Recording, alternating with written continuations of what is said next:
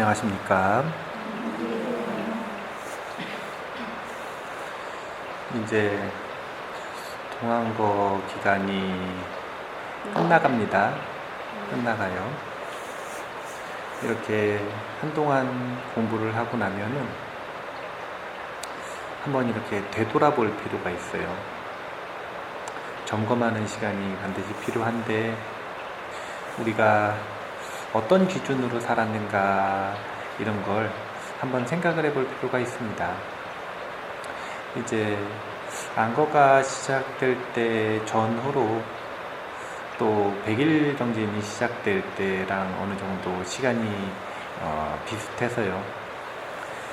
어떤 수행을 하고 어떻게 살아야 되는지에 대한 질문들을 많이 하셨었는데, 그때 우리가 공유하는 기준이라고 하는 게 있다라고 이야기를 했어요. 그게 뭐냐면 세상을 위해 기도하고 배우고 수행하는 삶을 산다. 기도하고 배우고 수행하는 삶을 산다. 그런데 그 목적이 뭐였냐면 세상을 위해 우리가 이런 마음가짐들을 한번 스스로 정리를 해볼 필요가 있다라는 생각을 합니다. 이제 세상을 위한다라고 하는 건 추상적인 이야기가 아니에요. 사실은 제가 이야기하는 세상은 만나는 사람, 만나는 상황, 만나는 존재, 눈앞에 있는 그 존재가 세상이에요. 세상이라고 하는 게 눈앞에 있지 않은 저 멀리 넓게 있는 그런 세상을 이야기하는 게 아니에요. 세상을 위한다라고 하는 건 사람들이 자꾸 착각을 하는데, 눈앞에 있는 사람이 사람이 아니에요. 그 사람이 사람이 아닙니다 이렇게 얘기하는 게 아니라, 사람 같지 않습니다 이런 얘기를 하는 게 아니라, 그런 얘기가 아니라 그 사람이 개인으로 보일지 모르지만 그것은 자신이 개인이라고 하는 착각 때문에 생기는 오해예요. 그 사람은 개인이 아니라 그 사람 자체로 세상이에요. 그 사람이 개인이라고 하는 관점에서 보더라도 그 사람은 세상을 품고 있는 개인이고, 그리고 세상에 품겨져 있는 개인이에요.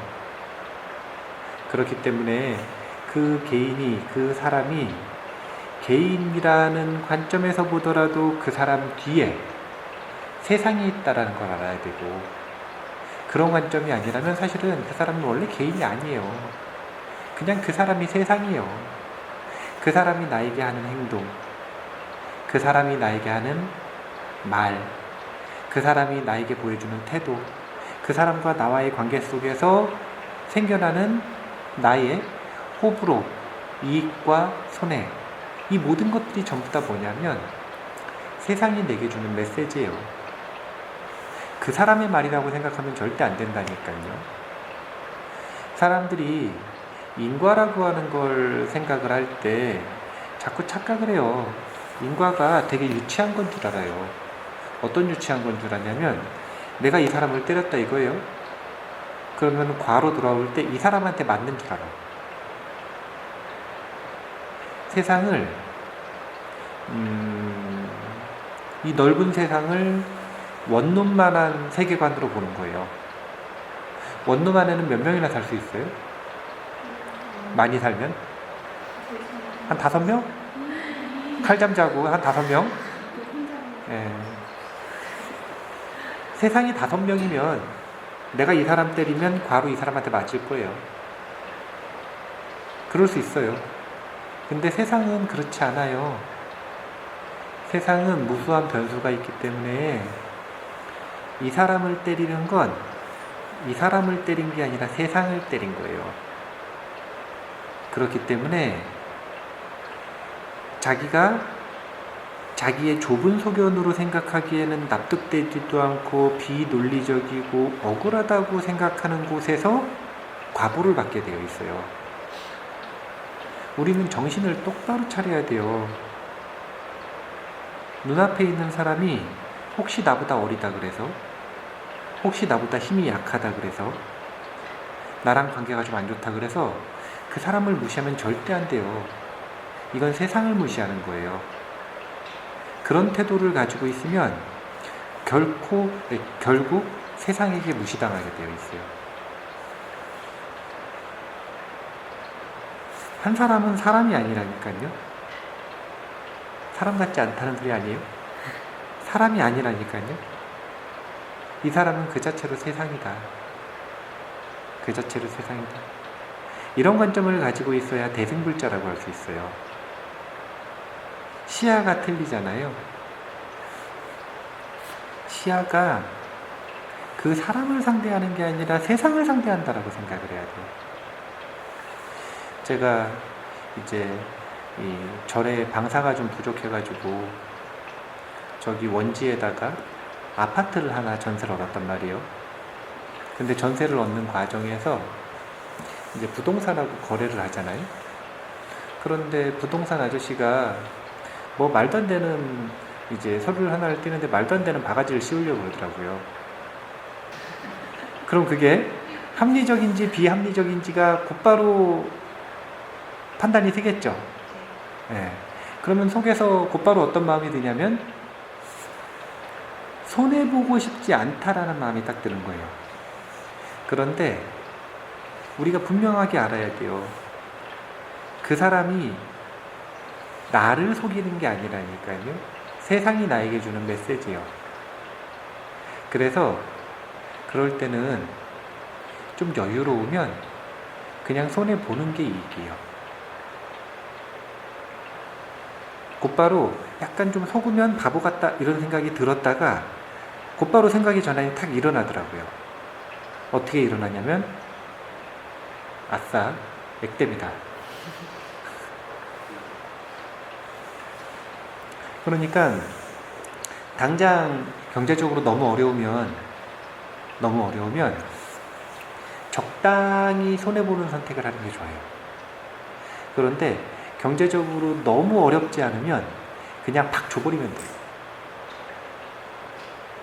그냥 속여 먹으려고 그러면 팍 그냥 줘버리면 돼요. 이런 태도를 익히시면 삶이 생각보다 훨씬 순탄해집니다. 첫 번째로 그것이 개인의 메시지가 아니라 세상이 주는 메시지라고 하는 걸 알게 되는 것이고요.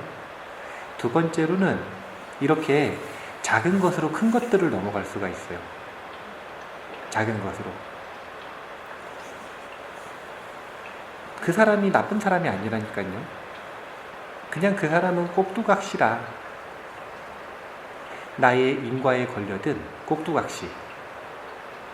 내가 책임져야 하고 내가 손해봐야 하고 내가 갚아야 하는 무엇인가가 있을 때 그 업에 걸린 꼭두각시. 그 사람이 나를 속이는 게 아니에요. 내가 세상에 갚는 거예요. 관점을 분명하게 정리할 필요가 있어요. 이런 관점이 정리가 돼야 비로소 내가 하는 기도, 내가 하는 배움, 그리고 내가 하는 수행이 빛을 발하기 시작을 하는 거고, 그리고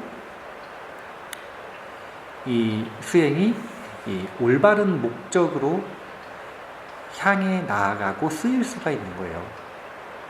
말로만 세상을 위한다라고 하는 게 아니라 정말로 세상을 볼 줄 알아야죠. 세상을 본다 그러니까 무슨 뭐 이제 우리 걸어서 세상 속으로인가 뭐 걸어서 세계 속으로 뭐 그런 식의 넓은 세상을 자꾸 상상을 하지 마시고, 그게 아니라 매일 만나는 사람들, 우연히 오늘 만난 사람들, 그 사람이 세상이라고 하는 걸 알아야 돼요. 말 한마디도 조심하고 행동 하나도 조심하고 그래야 돼요. 안 그러면 삶이 정말로 안타까워져요. 세상과의 관계가 안 좋으니까. 보면 정말로 항상 순탄한 사람이 있어요. 그리고 또 항상 안 되는 사람이 있어요. 그 차이는 굉장히 간단한 건데 그냥 세상과의 관계가 어떠한가 이것이에요. 세상과의 관계가. 세상과의 관계로 언급을 할 땐 이렇게 언급을 하는 거고, 세상과의 관계가 좋은 사람은 개인의 내면에서는 공덕이 있으니까 공덕에 대한 이야기를 하는 거예요. 공덕이 많은 사람들은 세상과의 관계가 좋을 수밖에 없거든요. 왜냐하면 마음의 선한 습관을 가지고 있기 때문에. 우리가 사람이 세상이라고 하는 걸 알아야 되고, 그렇기 때문에 그 사람에 대해서 경애하는 태도를 가져야 돼요. 그 사람이 개인적으로 마음에 안 들 수도 있죠. 좀 눈꼴을 씌울 수도 있어요. 마음에 좀 모자랄 수도 있어요. 그러면 아껴주지 못하겠죠. 아껴주지 못하면 존중이라도 해줘야지. 존중이라도 해줘야지. 그게 세상을 존중하는 거예요. 그리고 존중하다 보면 아껴줄 수 있게 돼요. 그 사람이 싫고, 그 사람이 모자라 보이고, 그렇다 그래서 그 사람을 막대하는 건 너무 좀 그래요.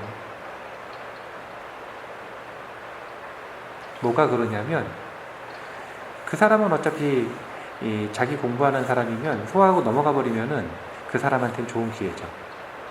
뭐가 그러냐면 자신의 미래가. 세상으로부터 막대함을 받을 수밖에 없는 그런 인을 심지 않았으면 좋겠어요.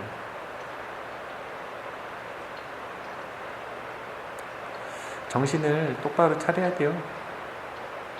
안 그러면 자꾸 습관처럼 감정에 휘둘려서 자기도 모르게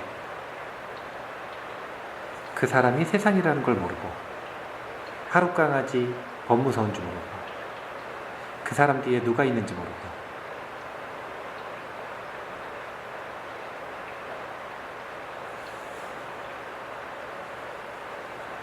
세상을 위해 기도하고 세상을 위해 수행하고 세상을 위해 배운다라고 하는 것, 그 중에서 세상을 위한다라고 하는 것, 우리가 한번 곰곰이 곱씹어봐야 되지 않는가. 가까운 사람들한테 어떻게 했는지 한철 한번 잘 생각을 해보고 이 관계를 개선, 세상과의 관계입니다. 그 사람과의 관계가 아니야. 세상과의 관계를 개선하기 위해서 자신의 이 삔 눈깔이죠. 삔 눈깔을 좀 교정을 할 필요가 있어요. 눈이라고 해주기가 좀 그래요. 삔 눈깔이죠. 그거를 좀 이렇게 교정을 하는 그런 노력들을 통해서 세상과의 관계를 좀 개선을 했으면 좋겠다라는 생각을 합니다. 요즘 너무 피곤하네요. 체력이 많이 안 좋아가지고 2분 일찍 끝내겠습니다. 감사합니다.